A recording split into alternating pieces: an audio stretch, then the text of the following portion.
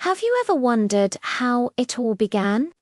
How this incredible world, with its vast oceans, towering mountains, and endless skies, came to be? The story is as profound as it is beautiful, a tale of creation, purpose, and wonder. Let's journey back to the very beginning. Imagine a time before time, a place of nothingness. The Bible tells us that in the beginning, God created the heavens and the earth. But this early earth wasn't the vibrant planet we know today. It was formless, empty, and shrouded in an immense darkness that covered the face of the deep. A silent, waiting canvas. Then, into this profound emptiness, a voice spoke. The first command, powerful and world-changing, "Let there be light." And instantly, light burst forth, scattering the endless night. This wasn't just any light, it was the dawn of existence itself. God saw that the light was good, and he separated it from the darkness. He called the light day and the darkness night, and so the very first day concluded, marking the start of time. On the second day, God's creative work continued. He commanded a great expanse to form, separating the waters. This expanse he called sky. It created a breathtaking division, with the waters above and the waters below, establishing the heavens we see above our heads. The third day brought a dramatic transformation. God gathered the waters below into one place, and for the first time, dry ground appeared. He called the dry ground land, and the gathered waters seas, and God saw that it was good. But he didn't stop there. He commanded the land to sprout with life, vegetation, seed-bearing plants, and trees bearing fruit, each according to its kind. The earth, once barren, was now bursting with green. Day 4 was a spectacle of cosmic proportions. God said, "Let there be lights in the expanse of the sky to separate the day from the night." He made two great lights. The greater light, the sun, to govern the day, and the lesser light, the moon, to govern the night. He also made the stars. These celestial bodies weren't just for beauty. They were to serve as signs, to mark sacred times, and for days and years, becoming the grand clock of the universe. As the fifth day dawned, the world became even more alive. God spoke again, and the waters teemed with living creatures. Great sea monsters and every kind of fish filled the oceans. At the same time, he commanded birds to fly across the expanse of the sky. The air and the seas were now filled with movement and sound. God blessed them, saying, "Be fruitful and increase in number."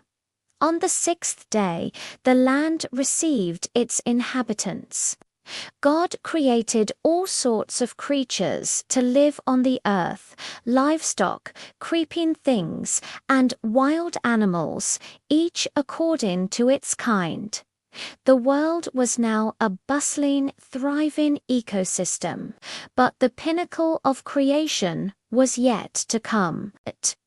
In a moment of profound intention, God said, "Let us make mankind in our image, in our likeness."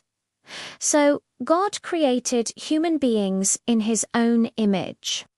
He formed them to reflect his nature and gave them a special role to rule over the fish in the sea, the birds in the sky, and over every living creature that moves on the ground.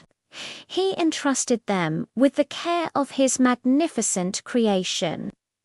With everything in place, God took a moment to behold all that he had made. He looked upon the light and darkness, the sky and seas, the land and plants, the sun, moon, and stars, the creatures of the air, water, and earth, and the humans made in his likeness. And he saw that it was all very good. His work was complete. And so, on the seventh day, God rested from all the work he had done. He blessed the seventh day and made it holy, a day of rest and reflection, a final, peaceful note to the symphony of creation. This story, passed down through generations, invites us to look at the world with a sense of awe and to cherish the gift of life and the beautiful home we've been given. Thanks for joining the Royals Outreach Ministries on this incredible journey back to the beginning. If you found this story as amazing as I do, please like, share, and subscribe for more content that explores the greatest stories ever told. See you next time. Have you ever looked up at the stars or stood by the ocean and just wondered, how did all of this begin? It's a question that has captivated humanity for millennia. Today, let's explore one of the most ancient and profound stories of creation, a narrative that has shaped cultures and beliefs across the globe. Imagine a time before time, a place of nothingness. In the beginning, God created the heavens and the earth.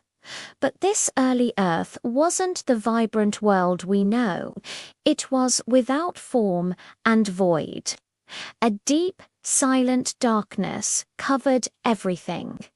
It was a blank canvas waiting for the first stroke of the master artist. And then, with unimaginable power, came the first divine command, "Let there be light." And instantly there was light. It wasn't the sun, not yet. This was the very essence of light itself, piercing the primordial darkness. God saw the light, and it was good. He then made a separation, a fundamental distinction that would define our existence. He separated the light from the darkness. God called the light day, and the darkness he called night. And so, the first evening and the first morning marked the first day. A rhythm was established, the very first tick of the cosmic clock. On the second day, the creative work continued. God created an expanse, a great vault across the heavens, which he called sky. This expanse served a grand purpose, to separate the waters. It divided the waters above from the waters below. This act brought order and structure to the world, creating the atmosphere and the oceans, preparing the stage for what was to come. On the third day, the world began to take on a more familiar shape. God commanded the waters under the sky to gather into one place, and for dry ground to appear. And just like that, land emerged from the sea. God called the dry ground land, and the gathered waters he called seas. And God saw that it was good. But he wasn't finished with the third day. The newly formed land was still barren. So God spoke again, commanding the land to produce vegetation, plants yielding seed, and fruit trees bearing fruit with seed in it, according to their kinds. And the earth brought forth a burst of green life, a tapestry of plants and trees covering the land. As the fourth day dawned, God turned his attention to the heavens. He said, "Let there be lights in the expanse of the sky to separate the day from the night." These weren't just for light. They were to be signs to mark sacred times and days and years. God made two great lights, the greater light to govern the day, our sun, and the lesser light to govern the night, our moon, and he also made the stars. He set them in the sky to give light on the earth, to govern the day and the night, and to separate light from darkness. Imagine the splendor of that first star-filled night sky. The fifth day was a celebration of life. The world was ready for inhabitants. God said, "Let the water teem with living creatures, and let birds fly above the earth across the expanse of the sky." At his word, the seas swarmed with life of every kind, from the smallest fish to the great creatures of the deep.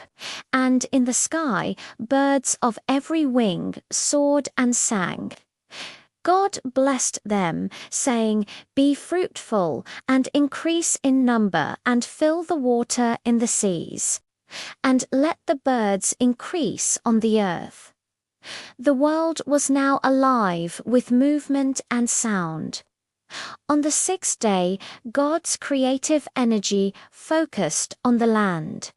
He commanded, "Let the land produce living creatures according to their kinds. The livestock, the creatures that move along the ground, and the wild animals." And it was so. The continents were filled with a magnificent diversity of animal life, from the gentle sheep to the mighty lion, each created according to its kind. But the pinnacle of creation was yet to come. Still on the sixth day, God said, "Let us make mankind in our image, in our likeness, so that they may rule over the fish in the sea, and the birds in the sky, over the livestock and all the wild animals, and over all the creatures that move along the ground." So God created human beings in his own image. He created them male and female, and he blessed them. He gave them a special role, a responsibility to care for and steward this incredible world he had made. As the sixth day drew to a close, God stood back and looked at everything he had made. He saw the light and darkness, the sky and seas, the land and plants, the sun, moon and stars, the creatures of the sea, the birds of the air, the animals on the land, and the humans created in his likeness. And behold, it was not just good, it was very good. Everything was perfect, harmonious, and complete. And that brings us to the seventh day. After 6 days of magnificent creation, God's work was finished. On the seventh day, he rested from all his work. He blessed the seventh day and made it holy, a day of rest and peace, a final, perfect punctuation to the story of creation. A reminder that after great work, there is a time for rest and reflection. What a powerful story! It speaks of order from chaos, light from darkness, and life from nothingness. It's a narrative of purpose, design, and ultimate goodness. Thank you so much for joining me on this journey back to the very beginning. If you found this story as fascinating as I do, please hit that like button and subscribe for more explorations into the stories that shape our world. The Royals Outreach Ministries International would like to say God bless you and see you next time.